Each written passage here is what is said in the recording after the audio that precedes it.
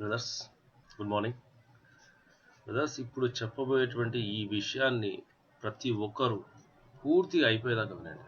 ఎందుకంటే ఇది మనకు సంబంధించినటువంటి అతి ముఖ్యమైన, చాలా ఇంపార్టెంట్ విషయం. ఈ ప్రజాధనము ఎంత దుర్వినియోగం అవుతుందో దానికి ఒక చిన్న ఎగ్జాంపుల్ మాత్రమే. కాబట్టి బ్రదర్స్, ప్రతి ఒక్కరు ఈ విషయాన్ని క్షుణ్ణంగా విని ప్రతి ఒక్కరికి, ఈ దేశంలో ప్రతి ఒక్కరికి చేరే విధంగా మీరు షేర్ చేస్తారని, కామెంట్ చేస్తారని ఆశిస్తూ, కోరుకుంటూ ఈరోజు ఈ విషయాన్ని మేము ముందర పెట్టబోతాము. మన దేశపు పార్లమెంట్, న్యూఢిల్లీలో ఉన్నటువంటి పార్లమెంట్లో ఒక క్యాంటీన్ ఉంది. ఆ క్యాంటీన్లో ఉండేటువంటి రేట్లు మీకు ఇప్పుడు చెప్తాను. టీ ₹1, సూపు ₹5, దాల్ అంటే పప్పు ₹1.5, మీల్ అంటే అన్నం ₹2, chapati ₹1, chicken 24 rupees, dosa ₹4, veg biryani ₹8, fish ₹13, fruit salad ₹7, పాయసం ₹5. అంటే వీళ్ళకు ఎంత తక్కువ ధరలో ఇక్కడ వచ్చేసి భోజనాలు, టీలు కానీ, సూపులు కానీ ఇవన్నీ ప్రొవైడ్ చేస్తాడు. అంటే ఇది ఒక సబ్సిడీలో మీకు ఇస్తాంటారు. సబ్సిడీ కావాల్సింది ఎవరికి? బీద వాళ్ళకు, ఆర్థికంగా వెనకబడిన వాళ్ళకు, అభివృద్ధి రేఖకు దిగున ఉండే వాళ్ళకు.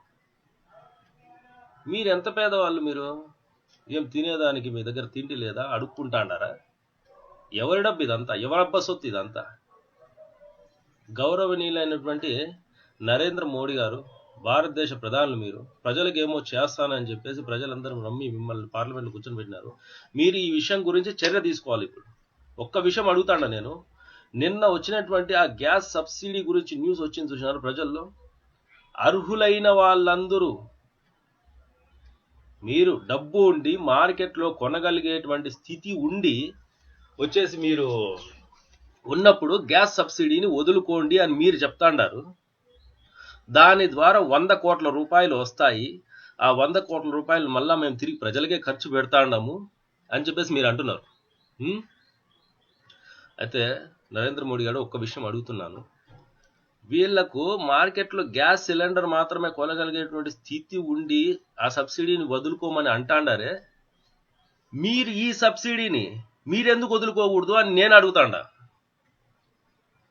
₹1 టీ, ఒక బీదవాడు కూలి చేసుకొని కష్టపడి ఒక టీ తాగదామంటే వెళ్ళి ₹7, ₹5.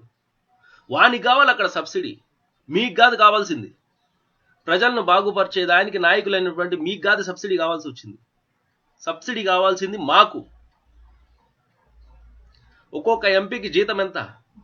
₹80,000, ₹45,000 అలౌన్సులు. ఒక్కొక్క రోజు పార్లమెంట్కి పోతే ₹2,000 మళ్ళీ స్పెషల్గా. మళ్ళీ ఇది కాక వాళ్ళకు వచ్చేసి ఎయిర్ ట్రావెల్ 34 సార్లు విమానంలో ప్రయాణించవచ్చు. వాళ్ళ భార్య అయితే 8 సార్లు ప్రయాణించవచ్చు. ఏసీ రైల్లో ఫస్ట్ క్లాస్లో వాళ్ళు ఎన్నిసార్లు అయినా వెళ్ళవచ్చు. టెలిఫోన్ బిల్లు ఫ్రీ, నీటి bill free, current bill free, accommodation free.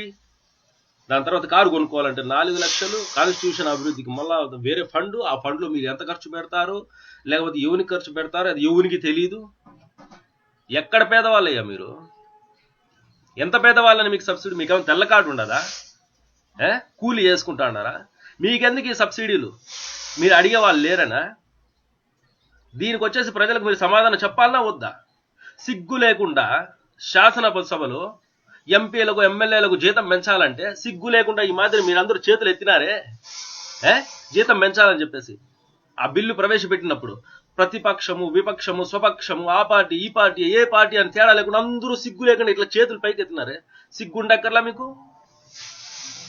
ప్రజలు ఇక్కడ ఎంత కష్టాలు పడతా అంటే వాళ్ళకి ఏదైనా బిల్లు పెట్టినప్పుడు మీరు కొట్టుకొని చేస్తారు, కుర్చీలు ఇసుకుంటారు, ఒకరికొకరు చెప్పులు చూపించుకుంటారు. మీరు రౌడీలా? ఏ విధమైన నాయకులు మీరు?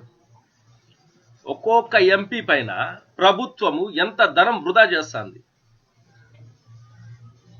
రాజ్యసభలో 230 పైన వచ్చేసి ఎంపీలు, ఈడ లోక్సభలో వచ్చేసి 545 మంది ఎంపీలు, మొత్తం 700 పైన ఎంపీలు చిలుకు. ఒక్కొక్కరి పైన ప్రభుత్వము దాదాపు 2 కోట్లు వాళ్ళ పర్సనల్ నిధులకు ఖర్చు పెడతా ఉంటే ఈ 214 దాదాపు 1500 కోట్లు, 1500 కోట్లు ఈ రోజు నిన్న మీరు ఆంధ్రప్రదేశ్ ఇచ్చినటువంటి రాజధాని నిర్మాణం కోసం ఎంగిల్ మెత్తులు ఇచ్చినారే 1500 కోట్లు. అది మీ సొంతానికే తగలబెట్టుకుంటున్నారు. ఇది ఉద్రేకం, ఆవేశం నుంచి వచ్చిన మాటలు కాదు. ఇది ఆవేశంలో నుంచి పుట్టినటువంటి ఆలోచన నుంచి వచ్చినటువంటి మాటలు. దీని అంతటికి ప్రజల నుంచి సమాధానం చెప్పాల్సిందే మీరు. ప్రతి ఒక్కడు ఈ క్వశ్చన్స్ ప్రతి ఒక్కరి హృదయంలో ఉన్నాయి, ప్రతి ఒక్కరి మైండ్లో ఉన్నాయి. కాకపోతే వాళ్ళు అడగలేకపోతాను, నేను అడుగుతున్నాను. నాకు భయం లేదు. ఈ మీడియా వచ్చేసి నరేంద్ర మోడీ చూసినా కానీ, చంద్రబాబు నాయుడు చూసినా కానీ, జగన్ చూసినా కానీ, ఎవడు చూసినా మనకు భయం లేదు. ఎందుకంటే ఇది నిజం. This is open secret. అడిగేటోళ్ళు లేరు ఇక్కడ. దీని గురించి కేసు పెడితే మీరందరూ జైలు పోవాల్సి వస్తుంది. గ్యాస్ సబ్సిడీ గురించి గ్యాస్ సిలిండర్ పెడితే 40 లక్షలు ఇవ్వాలంట ఒక్కొక్కరికి. ఆ విషయం ఎందుకు దాచిపెట్టినారు మీరు కేంద్రం కావచ్చు? ఇదంతా ప్రజలకు మీరు చేస్తున్నటువంటి అన్యాయం కదా. మీకైతే పెన్షన్ ఉండాలి, కొత్తగా ఉద్యోగస్తులు వాళ్ళకి పెన్షన్ ఉండకూడదు. మీకెందుకు పెన్షను? ఎక్కడ బీది వాళ్ళు మీరు? ఎక్కడ అడుగుతుంటున్నారని మీరు? 100 కోట్ల రూపాయలు మీరు ఈ గ్యాస్ సబ్సిడీ నుంచి సేవింగ్ చేస్తారయ్యా. అది ప్రజలకు పెడతారు. మీరు పెట్టేటువంటి 1500 కోట్లలో నుంచి మీ ఖర్చులు తగ్గించుకొని, మీ ప్రయాణాలు తగ్గించుకొని, మీ టెలిఫోన్ బిల్లులు తగ్గించుకొని, మీ పెట్రోల్ ఖర్చులు తగ్గించుకొని, మీ దుబారా ఖర్చులన్నీ తగ్గించుకొని, వాటిలోంచి సగం డబ్బును సేవ చేసి ప్రజలు పెట్టినా అది 700 కోట్లు అవుతుంది. ప్రజల నుంచే వాళ్ళని పిండి వసూలు చేయాలని చూస్తుంటారే. మీరెందుకు ఖర్చులు తగ్గించుకోరు అని నేను అడుగుతున్నాను ఇక్కడ.